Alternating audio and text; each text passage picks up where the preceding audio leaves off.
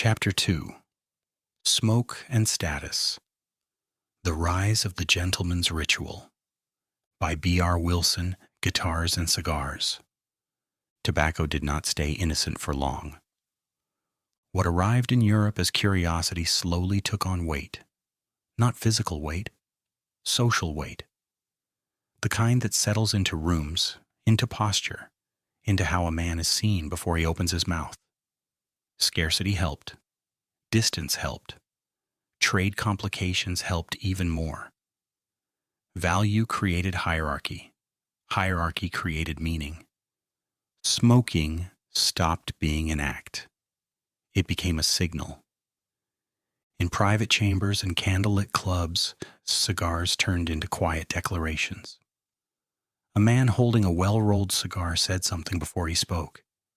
Access, time, control. The slow burn implied he was not in a hurry, or at least not a man who needed to show it. Pause became prestige. The cigar settled into a dual role. It was both prop and participant. It framed conversation and subtly dictated it.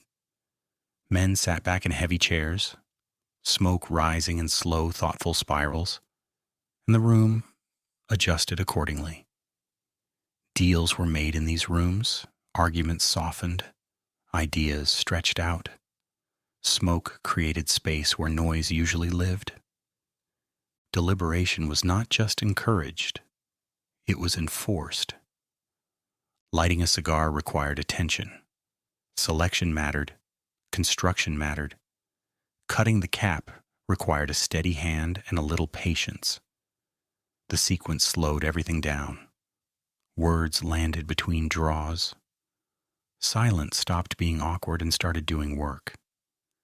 In a world where reputation could hinge on a sentence, the ability to pause was not a luxury. It was protection. Etiquette followed quickly. Hosts offered cigars the way they offered respect. The quality of the box said more than the welcome speech ever could. Presentation mattered. Boxes were opened with intention. The first scent of cedar and tobacco could set the tone for the entire evening. Even within the ritual, hierarchy showed up. Everyday cigars, occasion cigars, quiet signals layered inside other quiet signals. Clothing adapted. Of course it did. Fine fabrics do not forgive ash. Sleeves were cut with purpose. Movements became measured. There was a correct way to hold a cigar, a correct moment to remove gloves, a correct posture that suggested control without effort.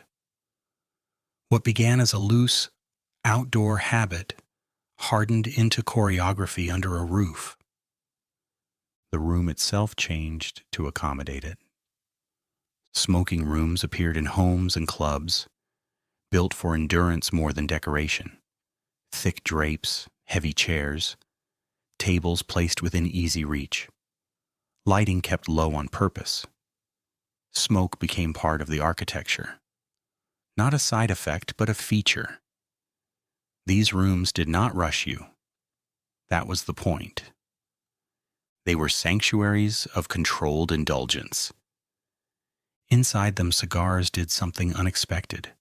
They lowered defenses. Not completely, not dramatically, but enough.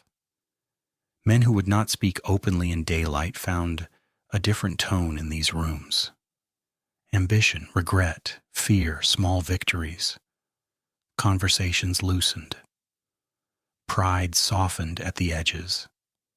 Smoke made honesty feel less dangerous. Still, not everyone was invited. Scarcity maintained the illusion of exclusivity. Imported Taub. Akko was not easy to come by. Prices reflected distance and difficulty. To smoke regularly was to suggest belonging. Whether that belonging was earned or performed was another matter entirely. Luxury has never required proof, only suggestion. Even the details became coded language. Bands evolved from practicality into decoration. Colors hinted at strength or origin. Designs suggested craftsmanship whether or not it was actually present. Removing the band could signal modesty. Leaving it on could signal confidence, or insecurity dressed as confidence. Interpretation did the rest. Symbolism piled on to symbolism until nobody quite remembered where it started. Shapes followed lifestyle. Shorter cigars for men who claimed to be busy, longer cigars for those who had the time to appear unbothered. Preferences hardened into formats. Formats became expectation. Expectation became industry. Form followed identity. Then identity followed form right back. By the 19th century, cigars stepped out of private rooms and into public life. Coffee houses, reading rooms, political salons. Smoke moved with conversation. Ideas traveled alongside it. You could trace a debate by the scent left behind. Military culture adopted cigars with enthusiasm. Officers found in them a strange kind of stability. Light before battle, light after victory, same motion, different meaning. In portraits, the cigar became shorthand. Authority, composure, resolve. Whether any of it was true mattered less than whether it looked true. Confidence became something you could perform. Masculinity attached itself to the ritual in predictable ways. Control, stillness, endurance. A man who could sit, smoke, and remain composed signaled something to the room. Whether that signal matched reality was rarely examined too closely. Still, beneath all of it, the act itself did not change. A cigar remained a bundle of leaves set on fire. No amount of presentation could replace the basic requirement. Patience. The leaf demanded it. It did not care about the room, the chair, or the company. Rush it, and it turned on you. Heat. Bitterness. A quiet reminder that some things do not respond well to pressure. Knowledge followed habit. Smokers began paying attention. Wrapper texture, filler composition, regional character. Early connoisseurship emerged without needing a name. People compared notes, argued gently, developed preferences. Taste became part of identity. Brands followed soon after. Consistency became currency. Boxes carried marks that meant something, or at least promised to. Cedar-lined cases added aroma. Hinged lids added ceremony. Owning a fine box suggested discernment, even if the buyer was still learning what that word meant. Collecting began quietly. It always does. Then came the reminder that all of this depended on fragile systems.